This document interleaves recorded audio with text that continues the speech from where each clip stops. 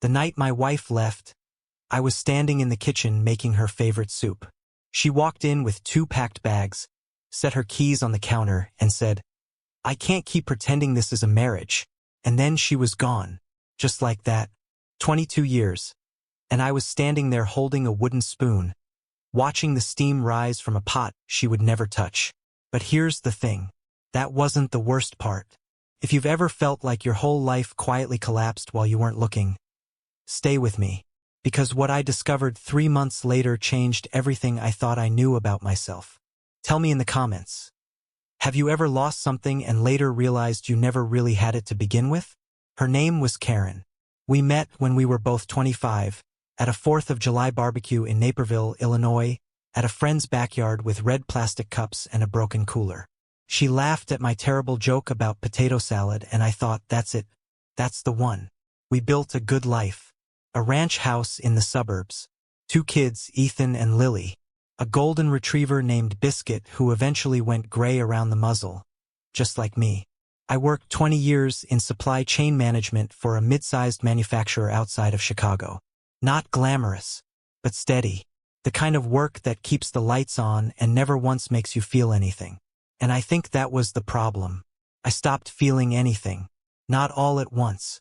It was gradual, the way a house settles into its foundation. The date nights became Sunday dinners in front of the TV. The long conversations became grocery lists on the refrigerator. The touching, even just a hand on the shoulder, faded so slowly I almost didn't notice it was gone. Almost. Have you ever stayed in something longer than you should have, not out of love, but out of habit? Out of fear of what the silence would sound like on the other side? I had. For years. When Karen left, I was 47. Ethan was 19 and away at Ohio State. Lily was 16 and looked at me across the dinner table with those careful eyes, trying to figure out how much of this was my fault. I didn't tell her, but I think she already knew. The first month alone was the kind of quiet that has texture. I'd wake up at 3 a.m. and reach for someone who wasn't there. I'd buy 2 cups of coffee out of muscle memory. I'd catch myself setting 2 places at the table, then standing there staring at the extra fork like it was a question I couldn't answer. My mother called every Sunday from her assisted living facility in Peoria. She was 79, early stages of memory loss, and sometimes she'd ask how Karen was doing. I'd tell her Karen was fine. I couldn't bring myself to say it. Some truths feel too heavy to hand to someone you're trying to protect. I went back to work, tried to function. My buddy Dave from the office would take me out for beers on Fridays and say things like, "You'll bounce back, man. You always do." And I'd nod, because that's what you do at 47. You nod and you drink your beer and you don't tell anyone that you feel like a stranger living inside your own life. But that wasn't the worst part. About 3 months after Karen left, I was cleaning out the basement. One of those punishing weekend projects you take on to avoid thinking. Old boxes, Christmas ornaments, Ethan's little league trophies. And then, behind a filing cabinet in the corner, I found a shoebox I didn't recognize. Inside was a bundle of letters. Handwritten, maybe 40 of them, tied with a piece of kitchen twine. They weren't addressed to me. I sat down on the cold concrete floor of that basement and I read every single one. They were from Karen, written over the span of about 4 years, to a man named Robert. Someone she'd met at a conference. Someone, based on those letters, she had loved deeply and quietly and completely while I was upstairs watching football and thinking everything was fine. The last letter was dated 14 months before she left. It said, "I'm going to tell him soon. I can't keep living 2 lives. I know it will hurt him, but I also know we haven't really been together in a very long time. I think on some level he already knows." I sat in that basement for 2 hours. And here is what broke me. Not the betrayal itself, as devastating as it was. What broke me was that last line. I think on some level he already knows. Because she was right. Would you have wanted to know the truth sooner? Or would you have chosen to keep the peace? The way I did, pretending not to see what was right in front of you. That night, I did something I hadn't done since my father's funeral 17 years ago. I cried. Real, ugly, gasping crying, the kind that comes from somewhere below the chest.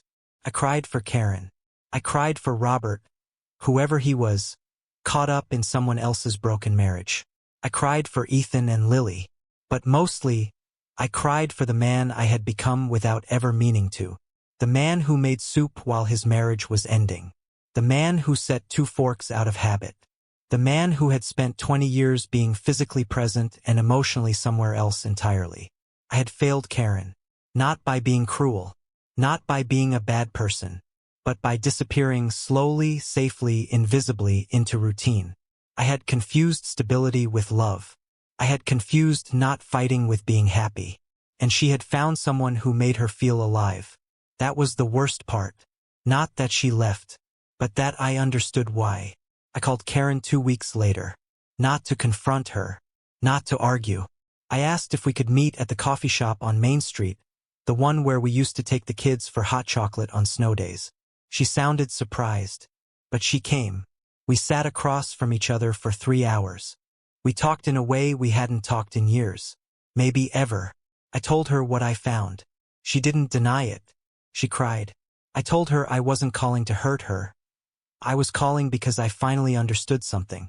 I said, I think we both let each other down. And I think we both deserved better from each other and from ourselves. She looked at me across that table, and for one moment she looked exactly like the woman at that 4th of July barbecue, laughing at my terrible joke. She said, I'm sorry, Tom, for all of it. I said, me too. We didn't get back together. That chapter was closed and we both knew it. But something shifted that afternoon. Something settled. Lily started coming to dinner again without those careful eyes. Ethan called more often.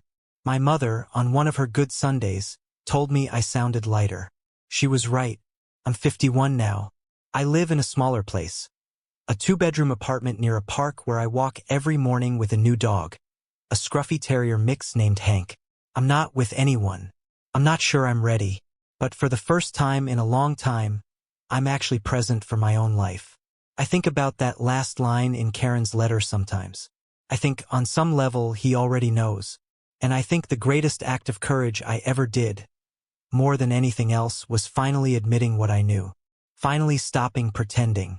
Finally waking up. It's not too late. I really believe that. No matter how far you've drifted from yourself, it is not too late to find your way back. Is it ever too late to start over? I don't think so. But I think you have to be willing to sit in a cold basement and read the truth, even when it hurts. Especially when it hurts.